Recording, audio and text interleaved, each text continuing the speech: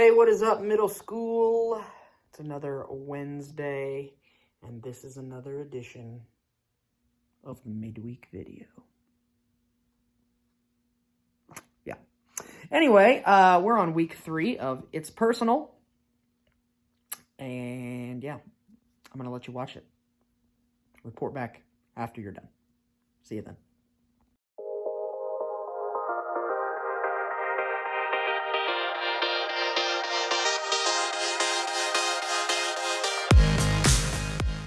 Super Gene!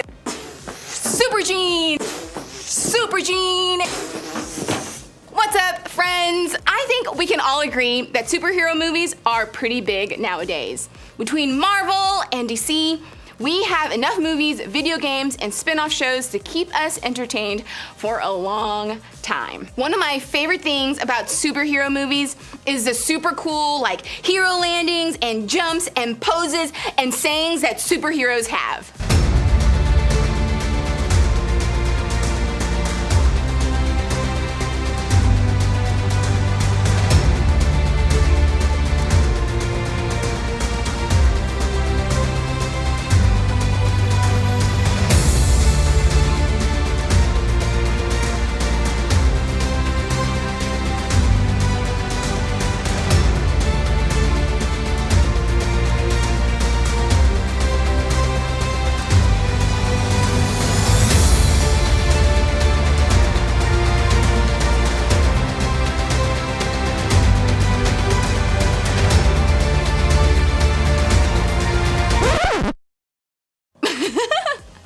Something else I love about superhero movies, the backstory. I love getting all the little details about how each hero became, well, a hero. It always seems like if we're going to really understand who a superhero is, we need to understand where they came from. Did you know that the same thing is true for us? Just think about this. How many people in our schools, in our neighborhoods, on our teams, or even in this room right now do we assume we know?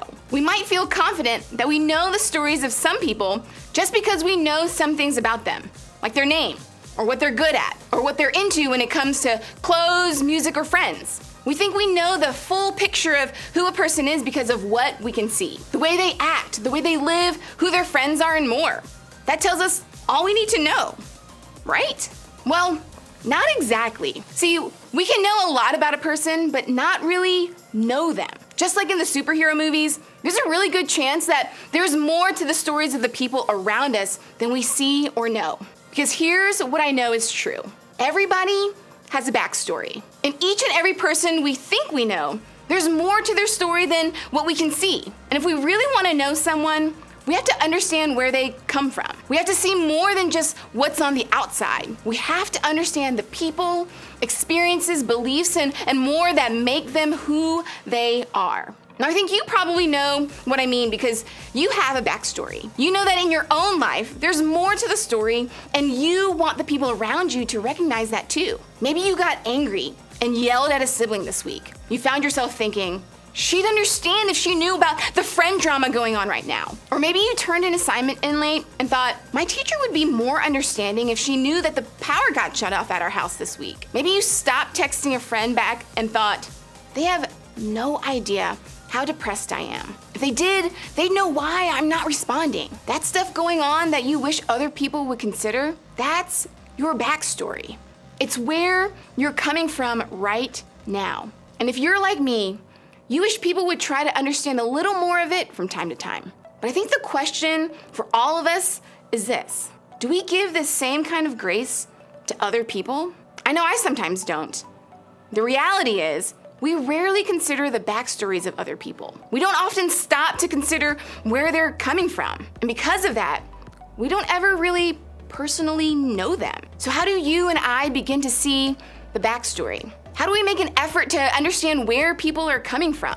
How do we make it personal? Thankfully, Jesus gives us a great example to follow. Over the past couple of weeks, we've been looking at a cool story from Jesus' life. A couple of thousand years ago, he was traveling in ancient Israel and came across a town that was home to a well-known bad guy. I know we talked about superheroes earlier, but this guy was more of a super villain in his community. His name was Zacchaeus. and he was a tax collector, which basically meant he cheated his neighbors out of money just so that he could keep his wealth and power. Even though his reputation was rough, when he heard Jesus was in town, Zacchaeus went out and made an effort to see him. He wanted to catch a glimpse of Jesus so much that he climbed a tree just to see if he could spot him in the crowd of people. What was crazy is that out of the entire crowd, Jesus noticed Zacchaeus up in that tree. And not only that, Jesus walked over, called Zacchaeus by name, and told him to get out of that tree. Why? Well, for a reason no one expected: to hang out. Yes, that's right. Jesus wanted to hang out with Zacchaeus, to spend time with him, to get to know him. And not just anywhere. Jesus wanted to go to Zacchaeus' home, the place he came from. Take a look. When Jesus reached the spot, he looked up and said to him, "Zacchaeus, come down immediately. I must stay at your house today." So he came down at once and welcomed him gladly. I realize Jesus inviting himself over to Zacchaeus' house may seem a little strange to us, but it would have been absolutely wild in this culture 2,000 years ago. Zacchaeus was not a good dude, and everyone knew that. I mean, Jesus knew it too. But Jesus wasn't satisfied with only knowing about Zacchaeus. He wanted to actually know Zacchaeus. That's why Jesus wanted to go right to where he lived. See, there's something about where we live that says a lot about who we are. Where we live is usually the place where we're most comfortable.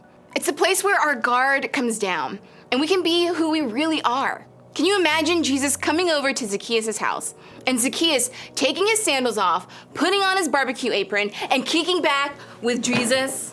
"Hey, what's up, Jesus? What you want, some pork or some beef? Some sauce with that? I don't know." Now, I'm not sure that's exactly how it went down, but one thing is clear. Jesus wanted to make it personal. Sure, he already knew everything about Zacchaeus, but he still decided to take a step into his world to get to know him. Jesus made it personal with Zacchaeus when he took a step to understand where Zacchaeus lived. Visiting Zacchaeus' home meant that Jesus would get to know him in a very personal way. Jesus would get a glimpse into an important part of Zacchaeus' backstory. Of course, Jesus already knew his backstory because he is Jesus. But that visit showed Zacchaeus that he was accepted, story and all. See, where we live isn't just a physical address. It's a place that gives others a glimpse into our personal situations, our day-to-day lives. Where we live is a part of our backstory.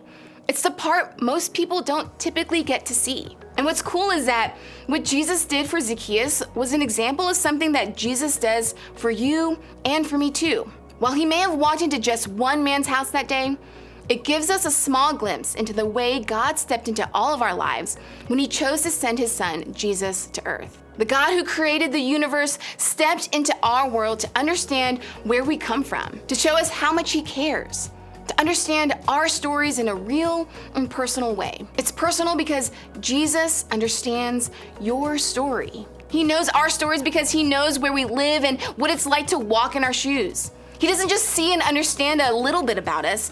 He knows us because he knows our whole story. And he loves us no matter what. If the way we treat other people is going to be personal, then we have to choose to understand their stories, just like Jesus does for us. So, where do we start? Well, before we get to know others, we might need to become known ourselves. For some of us, our first step might be to acknowledge that Jesus wants to know you personally. In fact, he already knows you better than you know yourself. But you might need to invite him into your story. He wants to be a part of your life in a real, personal way. You can talk with your group leader or a friend you trust about what it means to follow Jesus and experience life the way that he says is best for you. Then, it might be time to let someone else into your story. Your step might be to share more of your story with someone else. Not just some random person or a stranger, but someone who really cares about you. Someone you trust who is really a big part of your life. A great place to start is with your small group. What if you started to share a little bit more about where you come from? What if you told them a little bit about what your life is really like? What if you opened up to share more of your backstory? It could be the step that helps them know and care about you personally in a way they couldn't before. Maybe you're in a place where you want to make it personal with others, the way Jesus did for you. You can do this by giving someone the gift of going second. In other words, you can be the first one to share. You can choose to share a little bit of your own backstory so that other people know it's safe to share some of theirs with you. When you share a little about what you're living with right now, it can give someone the courage to do the same. And when someone does share their story with you, make sure you choose to listen and ask questions to learn more. When you show someone you care by listening and wanting to know more, you show them just how personal getting to know their story is for you. Just imagine if getting to know the stories of your classmates, teammates, and neighbors was something you took personally.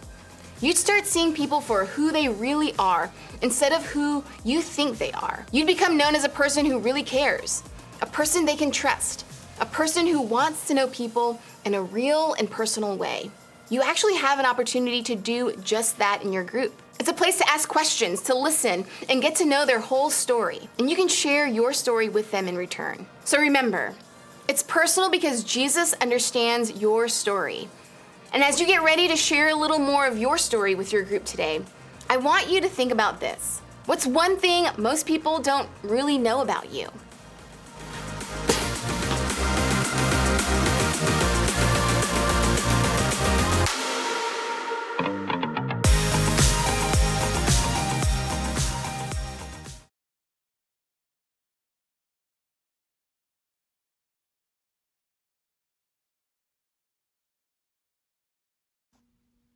Hey gang, I am back.